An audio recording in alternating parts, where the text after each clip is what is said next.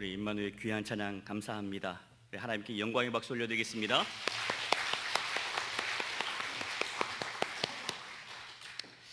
할렐루야. 오늘 말씀 제목 함께 읽어보실까요? 우리 구주 예수 그리스도. 설 명절 주일입니다. 명절을 맞이하여서 고향에 방문하신 우리 성도님들 환영하고, 또한 온라인으로 예배드리는 우리 성도님들 믿음으로 각각 서 있는 처소에서 하나님을 마음껏 예배할 수 있기를 바랍니다. 우리는 오늘 믿음 생활에 있어서 가장 본질적인 질문 앞에 서게 됩니다. 너희는 나를 누구라 하느냐?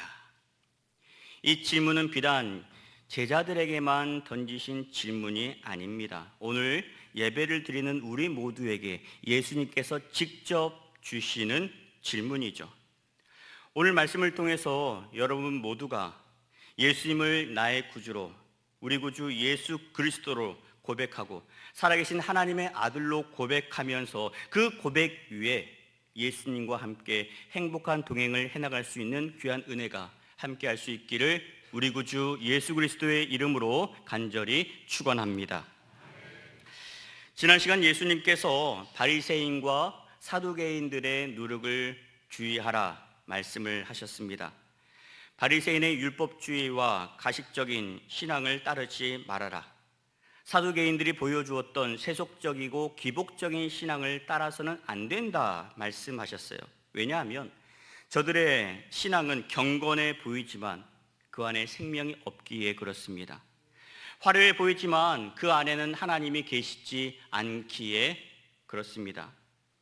예수님께서 오늘 제자들과 다시 빌립보 가이사랴 지방으로 떠나십니다.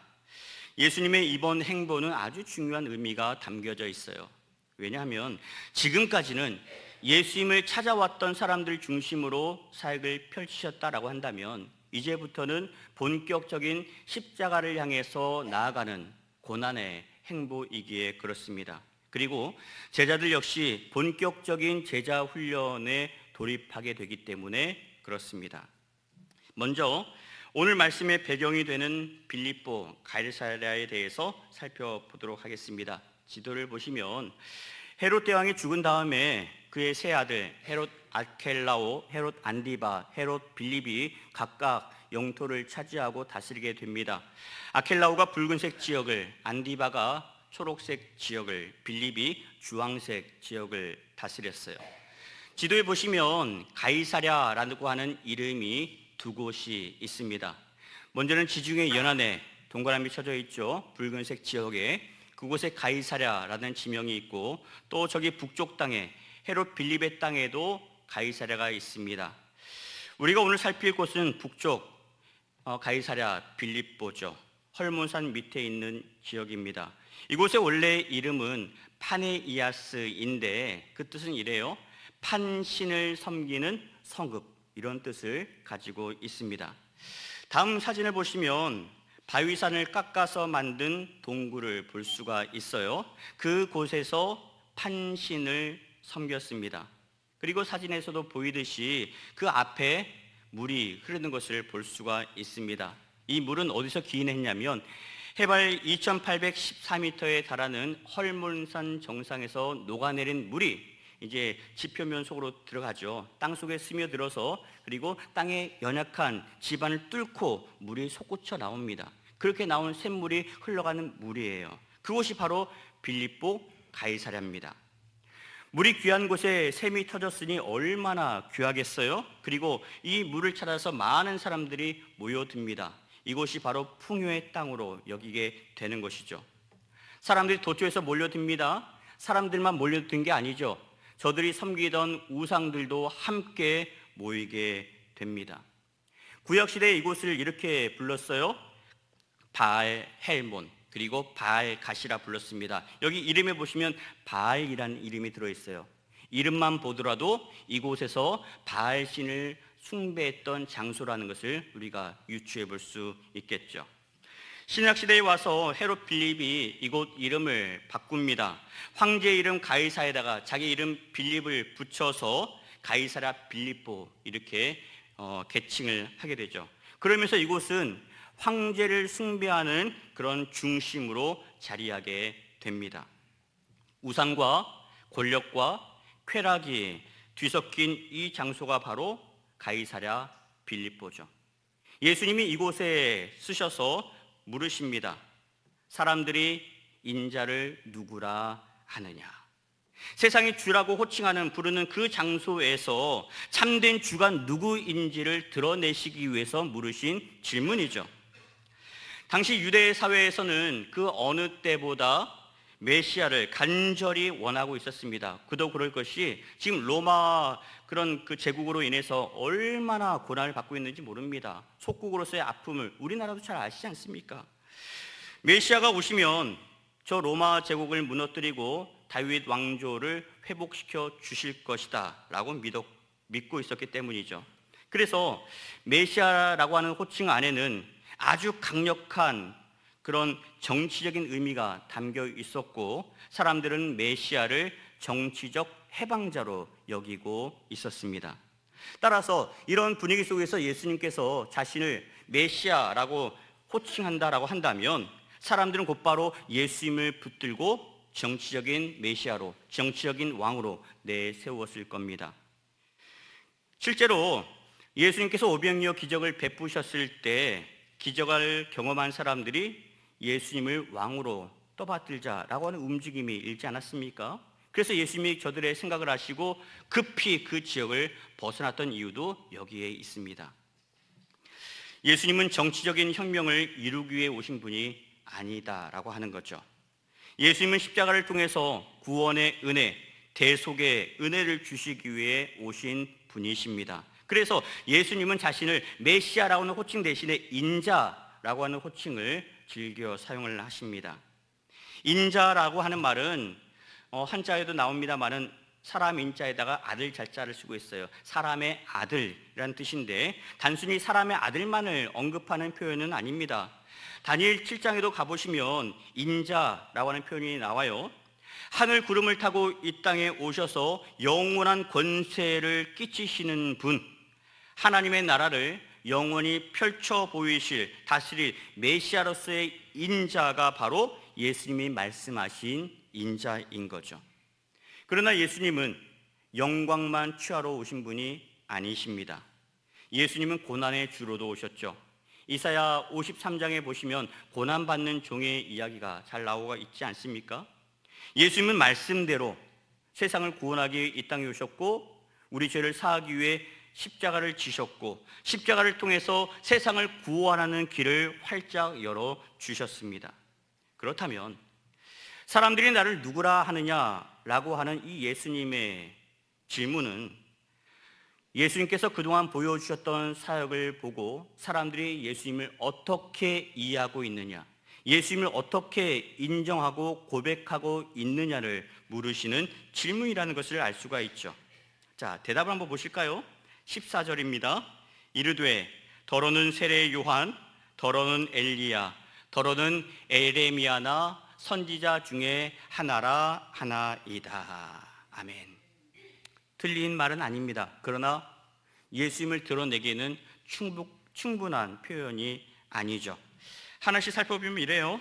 더러는 세례 요한이라 하나이다. 세례 요한은 구약의 맨 마지막 선지자 말라기 이후에 무려 400년 만에 나타난 선지자였습니다. 그가 와서 이렇게 선포하죠. 회개하라, 천국이 가까이 왔느니라.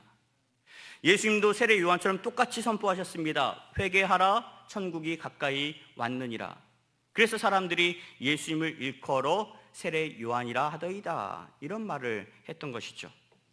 더러는 엘리야라 하나이다. 엘리야는 이스라엘의 역사 가운데 가장 위대했던 선지자 중에 한 사람입니다. 갈멜산에서 바알 선지자들과 대결할 때 엘리야의 기도 끝에 하늘에서 불이 임하지 않았습니까? 그리고 엘리야는 죽음을 보지 않고 하늘로 들림을 받았던 그런 인물이었죠. 권능의 인물이었습니다.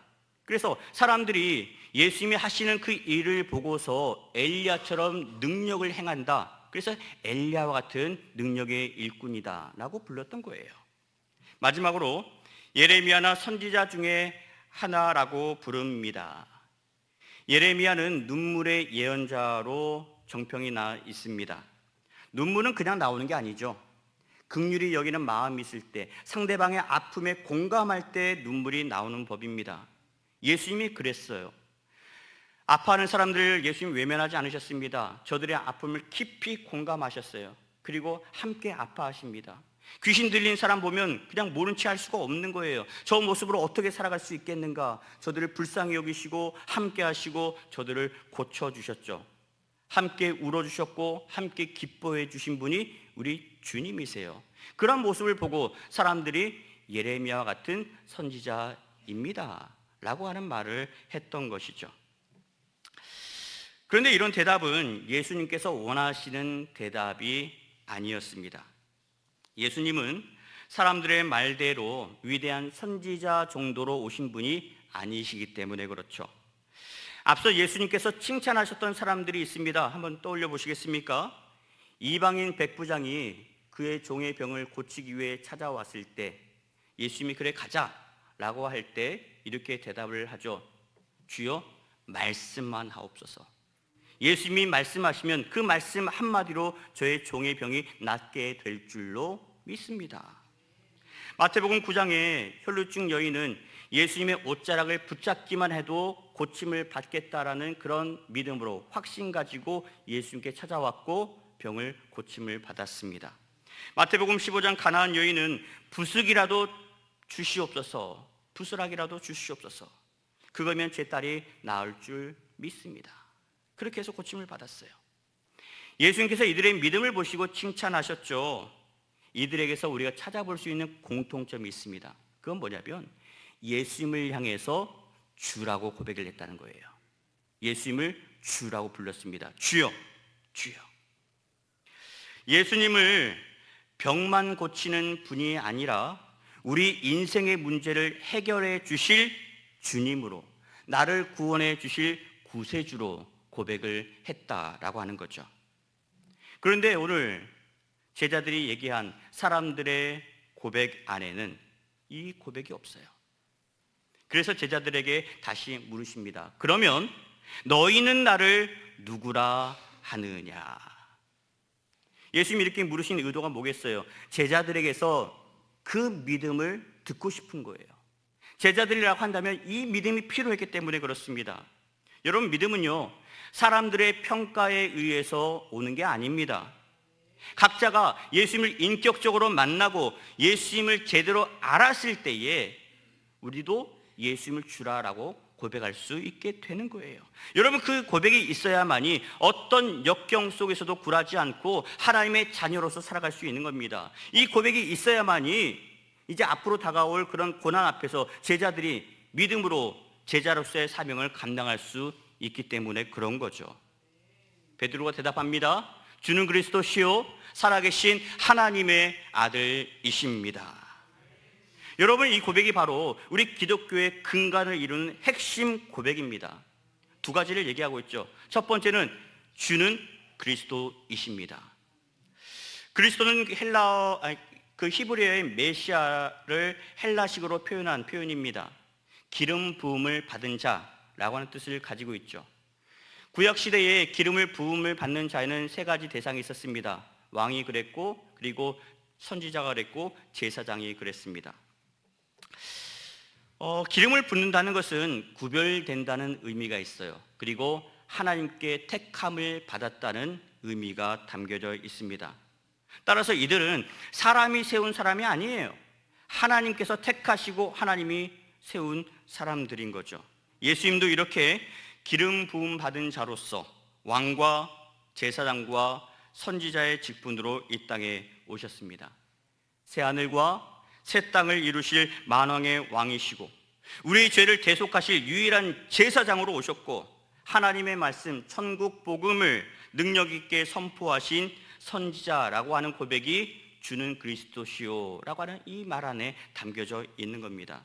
여러분, 이 고백에는요, 내 인생의 주권을 온전히 예수님 한 분에게만 내어드리겠습니다 라고 하는 고백이 주는 그리스도시오 이 안에 담겨져 있는 거예요. 여러분 모두 주는 그리스도시오라고 하는 이 고백 가운데 믿음으로 살아갈 수 있기를 바랍니다. 두 번째 고백이죠. 주는 살아계신 하나님의 아들이십니다 라고 고백을 했어요. 예수님은 단순한 위인, 성인이 아니십니다. 예수님은 어떤 분이세요? 요한복음의 말씀으로 살펴보면 이렇습니다. 요한복음 1장 1절 같이 고백해 보실까요? 태초에 말씀이 계시니라. 이 말씀이 하나님과 함께 계셨으니 이 말씀은 곧 하나님이시니라. 아멘. 요한복음 1장 14절도 보시겠습니다. 말씀이 육신이 되어 우리 가운데 거하심에 우리가 그의 영광을 보니 아버지의 독생자의 영광이요 은혜와 진리가 충만하더라. 아멘. 그래요. 예수님은 태초의 말씀으로 세상을 창조하신 창조주 하나님이십니다. 죄로 가득한 세상을 구원하기 위해 말씀이 육신을 입고 이 땅에 오신 예수님이시죠. 우리 죄를 사하기 위해서 십자가에 달려 죽으셨고 장사된 지 사흘 만에 사망의 권세를 이기시고 부활 승리하신 우리의 주님이십니다. 예수님은요 2000년 전에만 계신 분이 아니십니다. 지금도 살아 계십니다. 부활하신 예수님의 말씀, 예수님께 주신 약속에서 우리가 확인할 수 있죠. 세상 끝날까지 내가 너희와 항상 함께 있으리라. 우리 주님은 지금도 우리와 함께 하신 살아계신 하나님이십니다. 그 주님께서 오늘도 우리와 함께 하시고 우리를 지키고 계십니다. 초대교회 성도들이 이 믿음으로 살았고 로마의 핍박으로부터 피해서 지하 동굴 카타콤에서 자기들만의 표시를 만들어냅니다. 한번 자료 화면 보실까요? 물고기 모양의 익투스라고 하는 글씨를 새겨 놓았습니다. 이 익투스는 헬라어로 물고기라고 하는 뜻이에요. 그런데 이 철자 하나하나에 이들의 믿음의 고백이 담겨져 있습니다. 저 앞에 있는 이오타, 저거는 이에수스, 예수님을 가리키고요. 그 다음에 나와 있는 치, 크리스토스를 의미합니다. 그리스도를 얘기하죠. 그 다음에 세타, 전 테오스입니다. 하나님을 얘기하고요. 윕실로는 휘오스, 아들을 얘기합니다. 시그마는 소테르, 구원자를 가리키고 있는 표현이죠. 정리하면 이렇습니다. 예수님은 우리 죄를 사하기 위해 오신 그리스도요, 메시아요, 하나님의 아들로 오신 우리의 구원자이십니다. 이 고백이에요. 초대교회 성도들은 모두 익투스, 이 고백 가운데 저들의 믿음을 지켰습니다. 우리도 이 믿음으로 살아야 합니다. 문제가 생기면 문제만 바라보는 것이 아니고 먼저 주님을 바라보아야 합니다. 두려움이 몰려왔을 때 환경만 보고 환경만 탓하는 것이 아니고 살아계신 하나님의 아들을 먼저 바라보아야 합니다. 왜요? 이 모든 일들이 하나님의 구원의 계획 가운데 놓여 있는 일이기 때문에 그렇습니다. 이 고백이 있어야만이 우리는 어떤 상황에서도 낙심하지 않고요, 어떤 조건 속에서도 하나님의 뜻대로 살아갈 수 있기에 그렇습니다.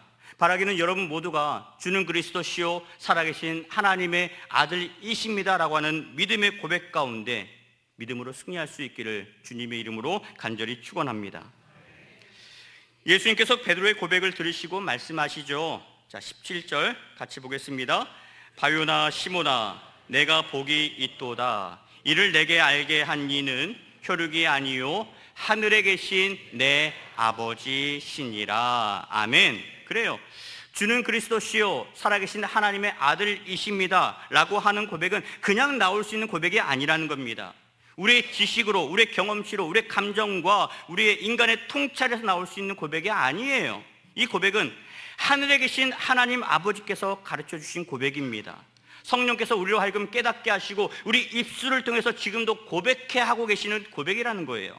따라서 오늘 우리도 주는 그리스도십니다, 살아계신 하나님의 아들이십니다 라고 하는 고백이 나올 수 있다면 그 자체만으로도 우리는 이미 하나님의 은혜 가운데 거하고 있다는 결정적인 증거가 되는 것이죠. 여러분 어떠십니까? 여러분도 주는 그리스도시요 살아계신 하나님의 아들이십니다 라고 고백하십니까? 그렇다면 지금 우리는 하나님의 은혜 가운데, 하나님의 다스림 가운데, 하나님의 영역 가운데 거하고 있는 줄로 믿습니다. 그렇게 믿으시기를 축원합니다. 그런데요, 여러분, 이 고백만 있다고 해서 그것으로 만족하셔서는 안 됩니다. 그것으로 멈추시면 안 됩니다. 왜냐하면 예수님이 이 고백을 들으시고 그 다음에 하신 말씀이 있기 때문에 그래요. 한번 보실까요?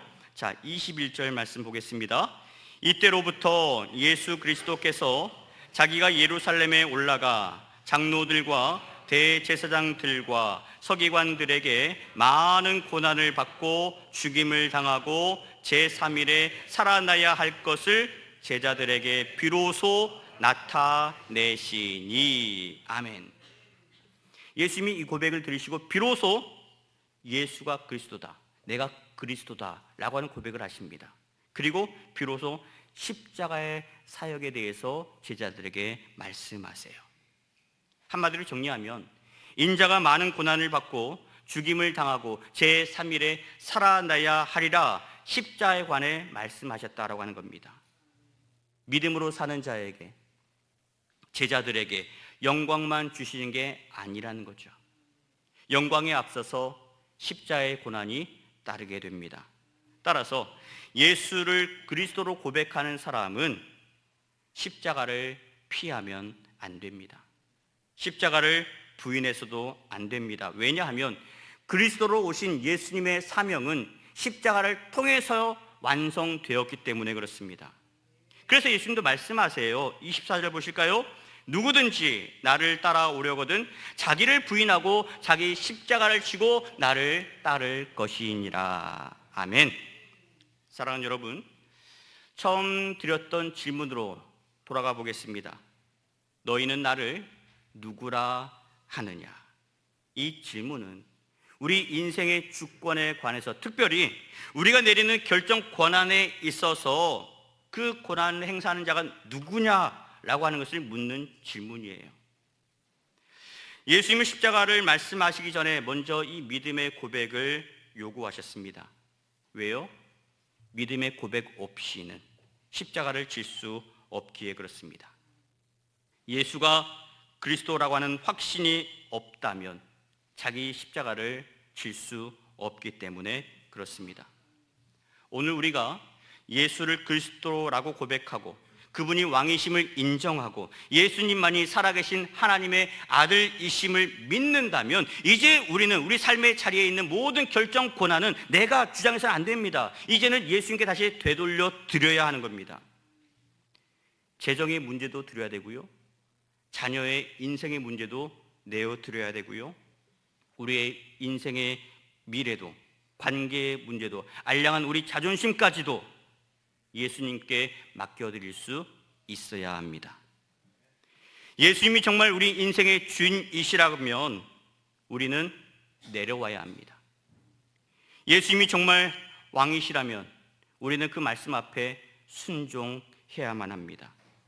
예수님이 정말 살아계신 하나님의 아들이시라면 두려움 대신에 담대함으로, 믿음으로 살아가셔야 하는 겁니다. 그리고 믿고 따라가야 하는 거예요. 상황과 조건과 상관없이 주님의 명령이 떨어지면 그 말씀 앞에 믿음으로 다가서야 한다라고 하는 거죠. 오늘 이 시간 이렇게 한번 기도해 보시겠습니까? 스크린 보시면서 함께 고백해 보겠습니다. 주님, 제 인생의 보좌에서 제가 내려오겠습니다. 예수님께서 다시 앉아 주옵소서. 아멘. 여러분, 이 고백으로 살아가신다면 여러분의 삶의 자리가 달라질 겁니다. 가정이 달라질 겁니다. 우리 결정이 달라질 겁니다. 우리 태도가 달라질 겁니다. 그래서 이제는 십자가를 지는 삶이 부담이 아니라, 두려움이 아니라 이제는 기쁨과 감사요 영광으로 다가오게 될 것입니다. 주는 그리스도시요 살아계신 하나님의 아들이십니다. 이 고백 위에 세워진 교회는 결코 무너지지 않습니다. 이 고백으로 세워진 가정은 어려운 일이 있을지언정 결코 흔들리지 않습니다. 이 고백 위에 세워진 인생은 힘들 수는 있어도 절대로 멸망하지 않습니다. 반드시 승리하게 되어 있습니다. 이번 설 명절 여러분 모두가 주는 그리스도시요 살아계신 하나님의 아들이십니다 라고 하는 이 고백으로 결단하고 거친 세상 속에서 믿음으로 승리할 수 있기를 우리 구주 예수 그리스도의 이름으로 간절히 축원합니다.